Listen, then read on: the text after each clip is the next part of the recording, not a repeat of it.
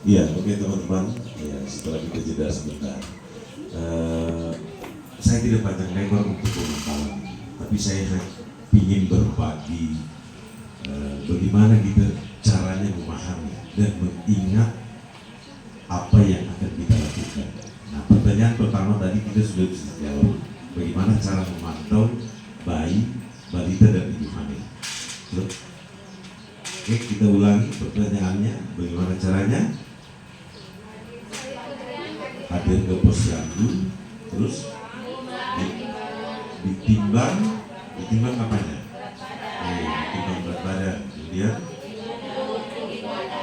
diukur tinggi badan, nanti bersambung dan ditimbang berat tinggi badan. Oke, terus diukur lingkar kepala. Nah, oke, itu.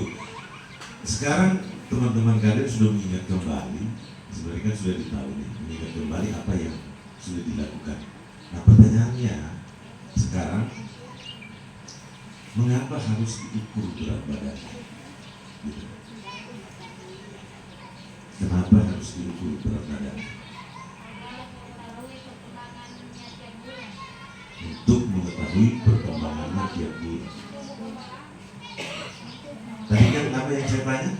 Berat badan ya? Nah, kalau berat badan itu apanya yang dicari tahu? Naik turunnya. Kalau dia naik artinya, kalau turun, kalau misalnya ditemukan dia naik, ada masalah tidak? Kalau dia turun, ada masalah tidak? Apa yang akan dilakukan dengan hal itu? Kalau dapat turun, baik. Siapa yang memberikan penjelasan? Kenapa harus diberikan penjelasan? Apa penting? Itu. Ya. Jadi kalau didapatkan yang turun, berarti itu masalah. Ya? Masalah di sini, jangan orang yang catat itu yang hanya memikirkan masalah itu. Sebentar setelah selesai posyandu, baru ada dibicarakan. Ini sekian yang turun, sekian yang naik. Oke, itu untuk berat badan. Tinggi badan juga demikian. Nah, kalau tinggi badan dia tadi kan sudah dicontohkan caranya. Sudah tahu standarnya berapa, usianya berapa, akan ditahu dia ini sesuai dengan tinggi badannya sesuai dengan umurnya. Nah, itulah yang dicari apa rumusnya untuk cari anak pendek itu. Nah, stunting. Rumusnya stunting itu. Jadi dia umur apa namanya? Tinggi badan sesuai dengan umurnya, itu stunting. Nah, kemudian tadi ada lingkar lengan. Apa maksudnya itu lingkar lengan itu? Untuk mencari tahu apa itu? Kenapa bukan betisnya? Kan pertanyaannya begitu loh. Kenapa lingkar lengannya itu sangat diperlukan? Ada yang masih ingat? Oh, berarti berguna ini referensinya. Mengingatkan kembali. Ibu bidan, kenapa harus diukur lingkar lengan? Ini mereka sudah tidak tahu. Jangan, mengapa harus Oke. Masih ada yang lain?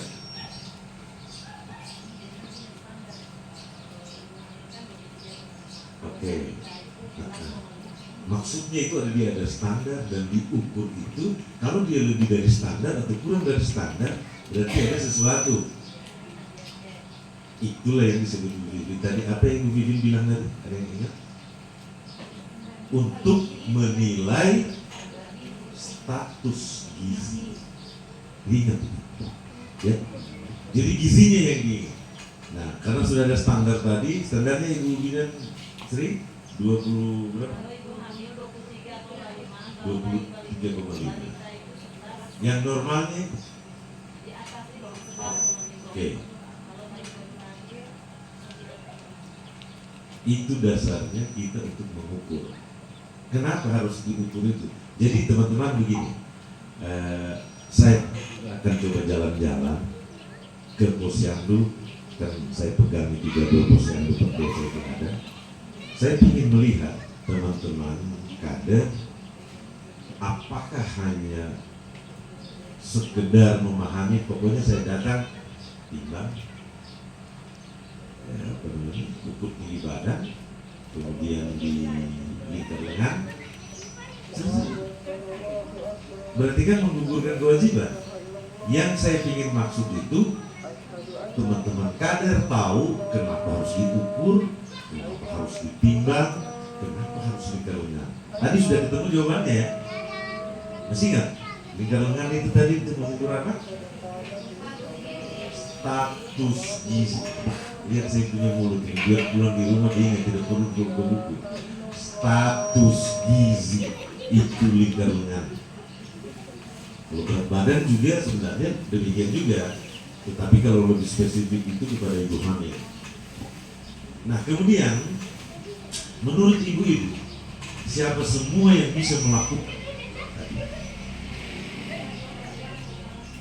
kader posyandu sekarang? Apakah hanya itu? Hanya kader boleh mengukur itu? Ada? Tidak. Siapa lagi? Hanya itu ya. Oke, makin berguna refreshing hari ini.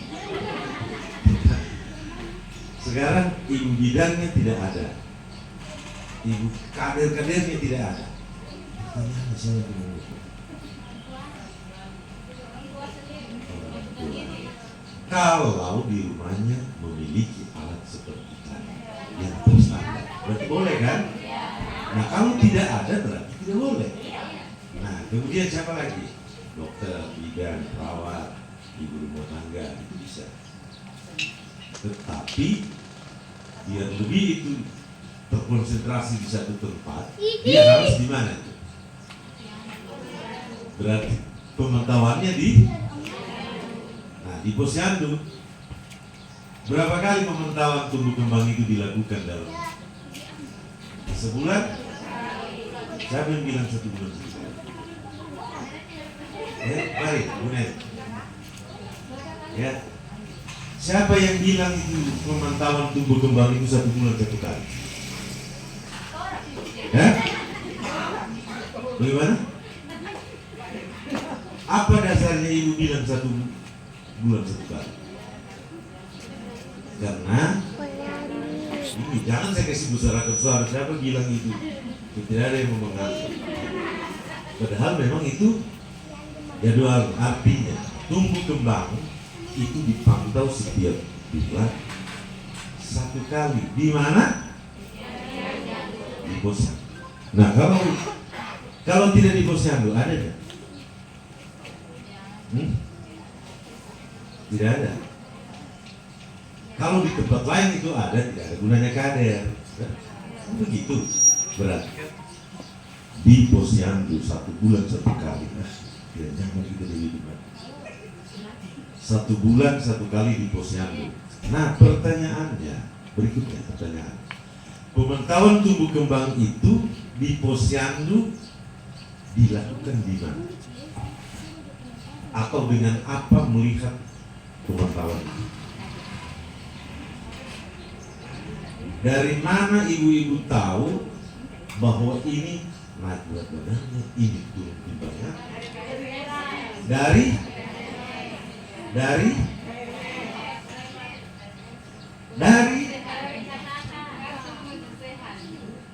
semua benar. Jadi dari pencatatan itu dimasukkan di dalam KNS.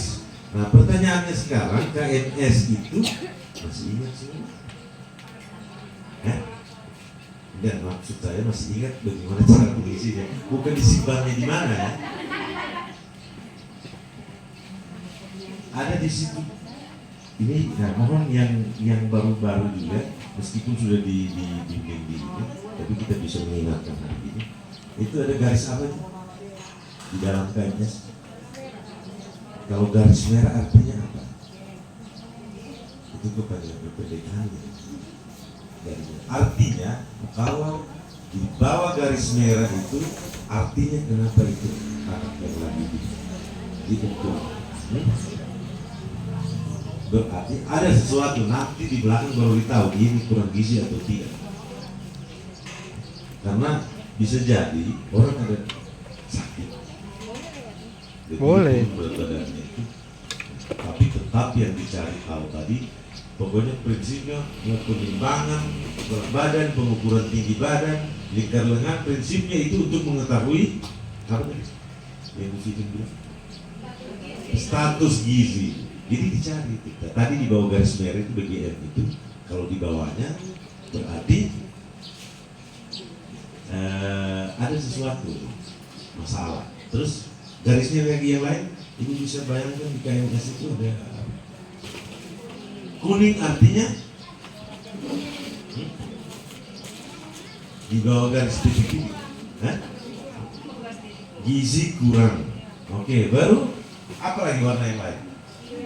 Hijau itu artinya normal. Normal yang dimaksud itu adalah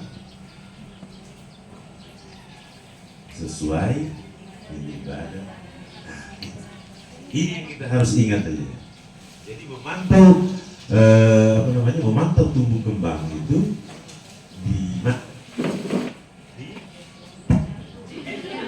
memantau tumbuh kembang itu ada di posyandu. Di dalam posyandu itu dilihatnya nanti di mana?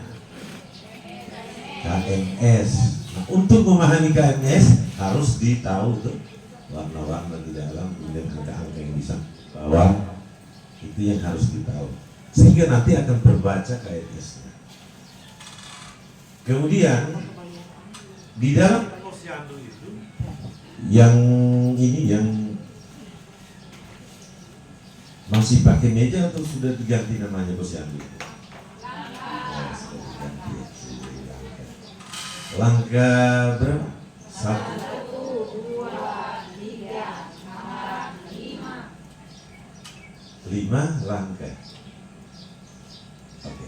Dari 5 langkah ini, di mana itu didapatkan tadi itu? Sampai ditahu ini ada pemantauan tumbuh kembang. Di langkah yang keberapa?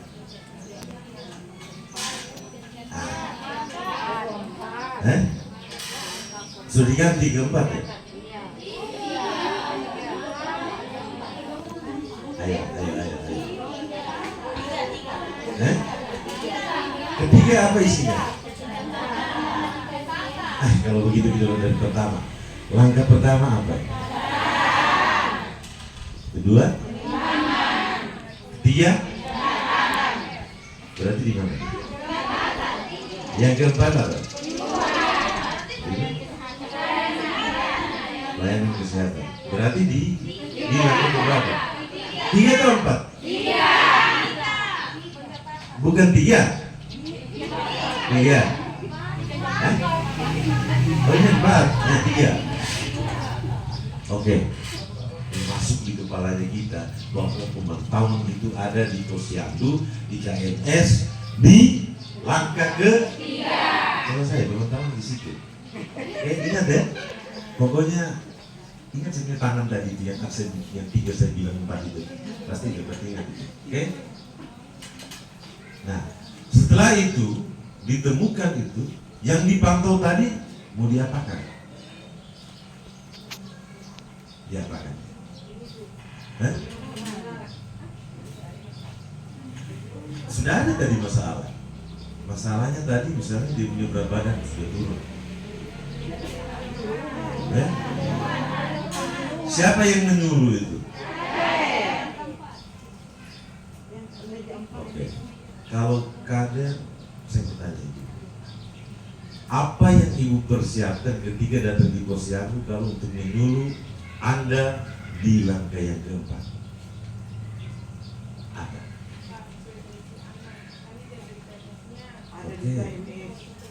Oke. Sekarang pertanyaannya, ibu dari rumah mau ke posyandu, ibu tahu dari mana ada turun?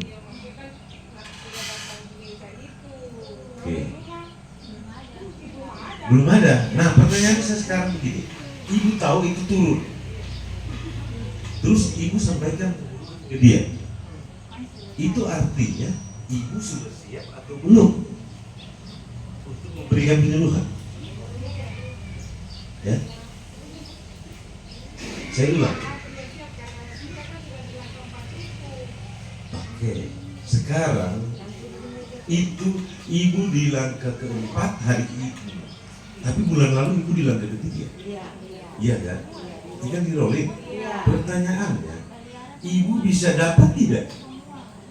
Kalau ada yang misalnya berat badannya turun, apa yang ibu akan sampaikan ketika ibu di dalam langkah keempat?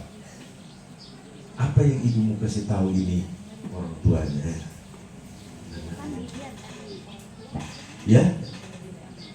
Apa yang ibu mau sampaikan? Apa yang ibu akan jelaskan?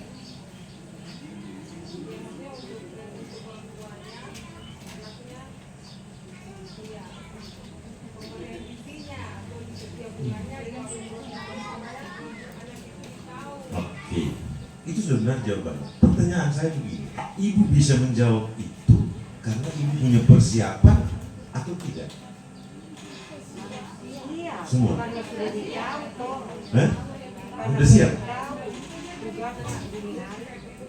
Oke, ibu lihat sekarang, ini fakta ya, fakta. Saya ingin teman-teman berpikir begini. Saya sekarang kader, saya duduk di langkah keempat. Saya pegang data dari langkah ketiga. Saya dapatkan ada penurunan berat badan pada bayinya. Katakan ibu ini, bayinya turun. Saya akan jelaskan ibu, bayi berat badannya bayinya ibu ini menurun ini karena begini. Nah, itu adalah pengetahuan saya. Itu juga pengetahuan kader. Bisa? Itu pengetahuannya kader. Pertanyaan saya, apakah pengetahuan itu tiba-tiba ada jawabannya di tempat itu atau sebelumnya ibu belajar soal itu? Ya? Iya. Itu yang saya maksud. Ibu duduk bisa menjawab itu karena